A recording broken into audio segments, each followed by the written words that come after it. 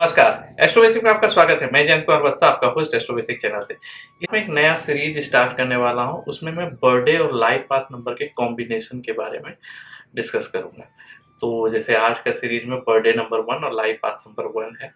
अगर आपको नहीं पता है बर्थडे नंबर लाइफ पाथ क्या होता है, तो मैंने लाइफ पाथ नंबर के बारे में डिटेल में हर एक नंबर के बारे में सीरीज बताया है। इसमें मैं उतना डिटेल नहीं जाऊंगा, लेकिन फिर भी अगर आपको और डिटेल समझना है नंबर्स के बारे में तो मैं हाईली रिकमेंड करूंगा आप लाइफ पाथ नंबर वाला वीडियो देखिए। आई आइकन पे क्लिक करके आप देख सकते हैं, या फिर मेरे प्लेलिस्ट में लाइफ पाथ नंबर के नाम से है, वो आप देख सकते हैं। तो चलिए स्टार्ट करते हैं बर्थडे नंबर 1 और लाइफ पाथ नंबर 1 के कॉम्बिनेशन। तो जैसा कि पता है बर्थडे नंबर 1 और लाइफ पाथ नंबर 1 दोनों में 1 1 आ रहे हैं। नंबर 1 जो है प्लैनेट सन के बहुत सारे एट्रीब्यूट्स जो है नंबर 1 में होते हैं। तो जिस तरह से सन शाइन करता है और खुद अपने लिए नहीं शाइन करता है, वो लोगों को भी सनशाइन देता है। तो वैसे ही अगर आपका birthday number life path number दोनों 1 है, तो इसमें दोनों के लिए जो है शाइनिंग होता है। मतलब आप भी राइज करते हैं और अपने आसपास लोगों को भी राइज कराते हैं। आप में बाय डिफॉल्ट एक नेचुरल लीडरशिप क्वालिटी है। आप लोगों को लीड करते हैं। ईगो कहीं ना कहीं ज़्यादा रहता है, तो जिसको कि आप सेल्फ रेस्पेक्ट आत्मसम्मान समझे, लेकिन कहीं ना कहीं वो ईगो होता है जो स्टबर्ननेस की तरफ जो लेकर के जाता है आपको। At the same time number 1 में एक लीडरशिप क्वालिटी होता है जो लोगों के लिए रास्ता बनाता है। तो जितने भी क्रिएटिव लोग हैं, कुछ नया लेकर के आते हैं, या फिर डायरेक्ट करते हैं बड़ी चीज़ों को, तो वो सब नंबर 1 से रिप्रेजेंट होते हैं। इसलिए जितने भी अथॉरिटेटिव पोजीशंस हैं, चाहे कॉरपोरेट वर्ल्ड में हो चाहे गवर्नमेंट में हो, नंबर 1 कहीं ना कहीं इन्वॉल्व होता है। तो कहने का मतलब है कि ये आपको लीडरशिप क्वालिटी देता है। लोग आपसे जुड़ना चाहते हैं, आपसे सलाह लेना चाहते हैं। जो मुझे सबसे अच्छा लगता है नंबर 1 के बारे में, वो होता है उसका डिसीजन मेकिंग कैपेसिटी। तो अगर जैसे प्रोजेक्ट मैनेजर में कॉर्पोरेट वर्ल्ड में बताया जाता है अप्रेजल के समय कि आपको एक केक दिया गया है, उस केक को इस तरह से अगर 3 लोगों में डिवाइड करना है तो इस तरह से करो कि तीनों को लगे कि उसको सबसे बड़ा पीस मिला है। तो ये जो नंबर 1 का जो डिसीजन मेकिंग होता है, ये बहुत ही यूनिक होता है, क्योंकि ये लोगों के बीच में इस तरह से डिसीजन लेते हैं कि मैक्सिमम बैलेंस बना रहे और जो जस्टिस हो वो चीज़ हो। तो कुल मिला के नंबर 1 में बहुत सारे अच्छे क्वालिटीज़ हैं जो कि लोगों को आगे बढ़ाता है, जिसमें से इनिशिएटिव लेना, लीडरशिप, शाइन करना, डिसीजन मेकिंग जो है, ये सारे कुछ अच्छे क्वालिटीज़ हैं।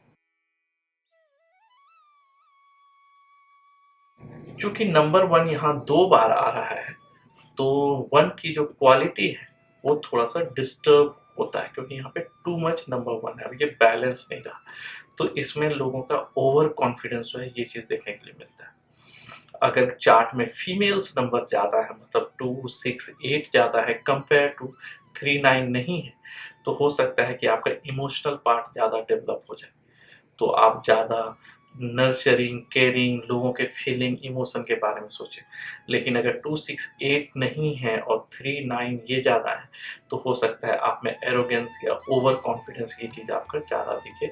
स्टबर्ननेस, जिद्दीपना, ये चीज़ जो है आप में ज़्यादा दिखे। इसके अलावा अगर birthday number, life path number दोनों 1 1 आ रहे हैं, तो मैं हाईली रिकमेंड करूँगा कि प्रॉपर्टी लेते समय आप, अगर आपकी वाइफ का सिंगल 1 है या डबल 1 नहीं है, या आपके हस्बैंड का डबल 1 नहीं है, तो उनके नाम पे लें। क्योंकि अगर 1 1 मल्टीपल टाइम्स आता है चार्ट में, तो यूजुअली ऐसा देखा गया है मेरे अनुभव में कि प्रॉपर्टी लेते समय जो है वो दिक्कत होती है कागजी कार्रवाई में। ऐसा नहीं कि नहीं होता है, प्रॉपर्टी प्रॉपर्टी होता है, कुछ ना कुछ अड़चन आता है। और कभी कभी अगर बाकी प्लानेट डिस्टर्ब हैं, तो वो जो है वो ज़्यादा होता है। पर्टिकुलरली अगर चार्ट में सैटर्न या मंगल ये डिस्टर्ब हैं, मंगल पर्टिकुलरली, तो प्रॉपर्टी लेने में दिक्कत ज़्यादा होती है। राहु मंगल के कॉम्बिनेशन में ऐसा देखा गया। इसके अलावा जो है ये इमोशनल पार्ट को भी थोड़ा सा डिस्टर्ब करता है और ईगो को जो है थोड़ा ज़्यादा बढ़ा देता है। तो आप अपने ईगो का पर्टिकुलरली जो है, मतलब जिसको आप सेल्फ कॉन्फिडेंस, आत्मसम्मान, ये सब वर्ड देते हैं, उसका थोड़ा ख्याल रखिए। क्योंकि ये रिश्ता में जो है पर्टिकुलरली डिस्टर्ब करने की कोशिश करता है। बट फिर भी मैं कहूँगा चूँकि नंबर 1 है, ये एक सात्विक नंबर है। 1 is represented by planet sun, जो कि सोल को बताता है। तो ये फिर भी जो है आपको गाइड करेगा ही करेगा और सही डायरेक्शन में ही लेके जाएगा, तो उतनी चिंता करने की भी बात नहीं है। अगर मैं हेल्थ की बात करूँ तो नंबर 1 जो है प्लैनेट सन पर्टिकुलरली आईज़ जो है उसको रिप्रेजेंट करता है, और ज़्यादातर मैंने देखा है कि नंबर 1 वाले लोग स्पेक्स चश्मा पहनते हैं, क्योंकि कहीं न कहीं आईज़ को ये इम्पैक्ट करता है। दूसरा नंबर 1 जो है स्टमक एरिया और बैकबोन को जो है उसको रिप्रेजेंट करता है। तो वो जो है ये पर्टिकुलरली आपको वो एरिया को ख्याल रखना है, ज़्यादा ध्यान देना है। नंबर 1 आयुर्वेदा में जो सन है वो हीट जो है पित्ता को बताता है, तो पित्त रिलेटेड जो इश्यूज़ होते हैं बॉडी में, जो हीट रिलेटेड डिजीज़ होते हैं, digestion is one of them. तो स्टमक एरिया अगेन वो आता है, तो उसको भी रिप्रेजेंट करता है। और हार्ट का जो एरिया है वो भी इस चीज़ को बताता है, सन बताता है। तो बेसिकली ये एरिया जो है आपको ख्याल रखना है।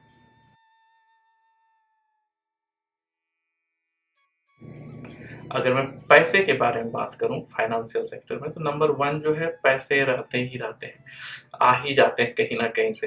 क्योंकि जो दिक्कत है पैसे का, वो पैसे आने में, लक में कहीं दिक्कत नहीं है। पैसे जो है वो basically the way you live the life, वो जो आपका रॉयलनेस दिखने का जो एक एटीट्यूड है कि मैं जो भी दिखें वो थोड़ा रॉयल दिखें, बड़ा दिखें, तो उसमें थोड़े एक्सपेंस ज़्यादा होते हैं। बट अदरवाइज नंबर 1 जो है पैसे आते हैं, और हाई अमाउंट में ही पैसे रहते हैं, क्योंकि सोसाइटी में आपका एक इज्जत और आपका स्टेटस होता है। तो जब तक आपके पास पैसे नहीं होंगे तब तक लोग समझेंगे नहीं, जो कि मेटेरियलिस्टिक वर्ल्ड है।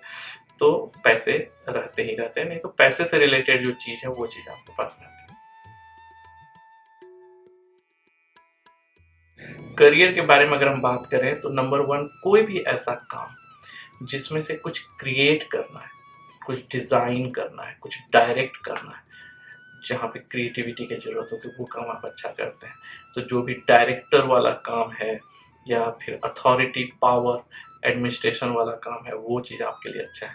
लीडरशिप वाला जो काम है वो अच्छा है। कुछ इनिशिएटिव लेना जो है वो चीज़ अच्छा है।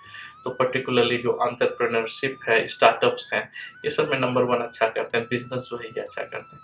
नंबर 1 ऑलमोस्ट हर जगह अच्छा ही करते हैं। पॉलिटिक्स नंबर 1 सन रिप्रेजेंट करता है, तो गवर्नमेंट सेक्टर में भी अच्छा करते हैं। लेकिन मैं ये समझाना चाह रहा हूँ कि जो आपको अच्छा लगता है वो है कि आप समाज के लिए कुछ करें। अ, मतलब जो नर्चर करना होता है लोगों को, जो चीज़ जिसको जिसको सपोर्ट की ज़रूरत है, उसको कुछ करके आगे बढ़ाना जो है वो चीज़।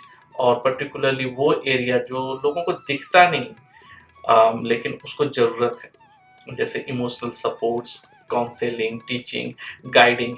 तो एज ए लीडर आपका रोल जो है वो लीड करने का ही रहेगा।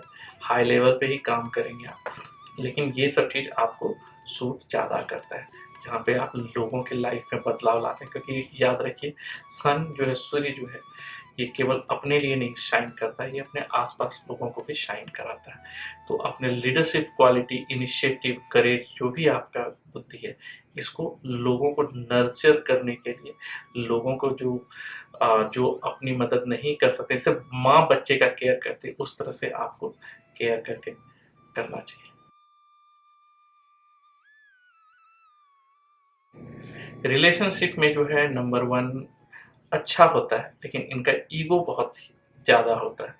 तो ईगो के कारण ही क्लैश हो सकते हैं, लेकिन एट द सेम टाइम ये परिवार के महत्व को भी समझते हैं। तो कुल मिला के वे मैनेज कर ही लेते हैं रिलेशनशिप को। तो ओवरऑल जो है ये रिलेशनशिप इनका अच्छा ही रहता है, लेकिन एज लॉन्ग एज ईगो को ये कंट्रोल करें, अपने गुस्सा को कंट्रोल, क्योंकि नंबर 1 जो है इसमें हीट ज़्यादा रहता है, और रिलेशनशिप के लिए चार्मिंग चीज़ चाहिए, वाटर एलिमेंट चाहिए। तो थोड़ा तो दिक्कत होती है, लेकिन फिर भी चूंकि नंबर 1 सोल रिप्रेजेंट करता है, तो ये समझते हैं कि परिवार ज़रूरी है, रिश्ता ज़रूरी है, और लेके चलना ज़रूरी है। तो इसलिए ये मैनेज भी करते हैं अपने रिलेशन को। लेकिन फिर भी मैं सजेस्ट करूँगा कि ईगो को कंट्रोल करें।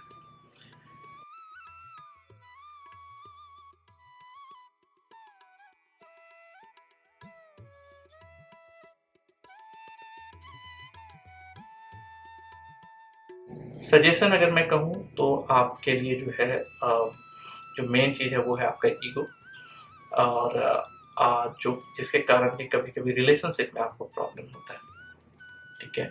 और दूसरा आपको जो ख़्याल रखना है, वो ये ख़्याल रखना है कि चूँकि बर्थडे नंबर और लाइफ पाथ नंबर दोनों एक-एक आ रहे हैं, तो हो सकता है कभी-कभी आप प्रोक्रास्टिनेशन या इमोशनल पार्ट के कारण जो आराम पसंद हो जाए, ठीक है? ये मेरा पर्सनल ऑब्जर्वेशन है, क्योंकि हीट जो है यहाँ थोड़ा-सा डिस्टर्ब हो रहा है। तो या तो अपना काम फिनिश नहीं करें या प्रोक्रास्टिनेट करते हैं, पर्टिकुलरली प्रोक्रास्टिनेशन जो होता है, ये चीज़ देखा जाता है, ठीक है? तो अपने इमोशनल पार्ट को थोड़ा-सा ख़्याल रखिए, और जो भावुक होकर के कोई काम करना कहते हैं, इस चीज़ को, क्योंकि नंबर 1 थोड़ा डिस्टर्ब है। तो एज ए रेमेडीज, तो सबसे जो बेस्ट रेमेडीज है वो यही है कि राइजिंग सन को जल चढ़ाइए, नहीं तो प्रणाम कीजिए। गायत्री मंत्र चांट करना भी आपके लिए बेनिफिशियल होता है। रिंग वगैरह मैं सजेस्ट ज़्यादा नहीं करता हूँ ओवर द मीटिंग, क्योंकि मतलब वीडियो पे, यूट्यूब पे वीडियो पे, क्योंकि कुंडली में बहुत सारा चीज़ देखना रहता है।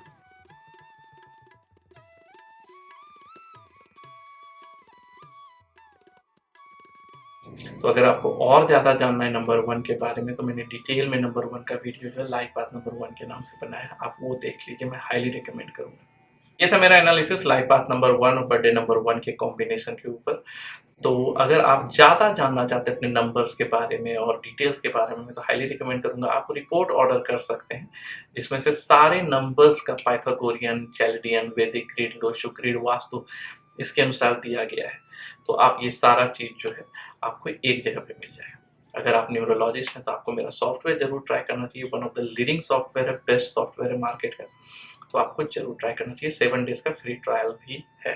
और अगर आप न्यूमरोलॉजी सीखना चाहते हैं या एस्ट्रोलॉजी सीखना चाहते हैं या वास्तु सीखना चाहते हैं, तो आप मेरे वेबसाइट विजिट कीजिए, या नंबर्स जो डिस्प्ले हो रहा है इस पर इंक्वायरी कीजिए। हो सकता है लाइव क्लासेस हो, नहीं तो रिकॉर्डेड कोर्स भी अवेलेबल है। तो मिलते हैं अगले वीडियो में, तब तक के लिए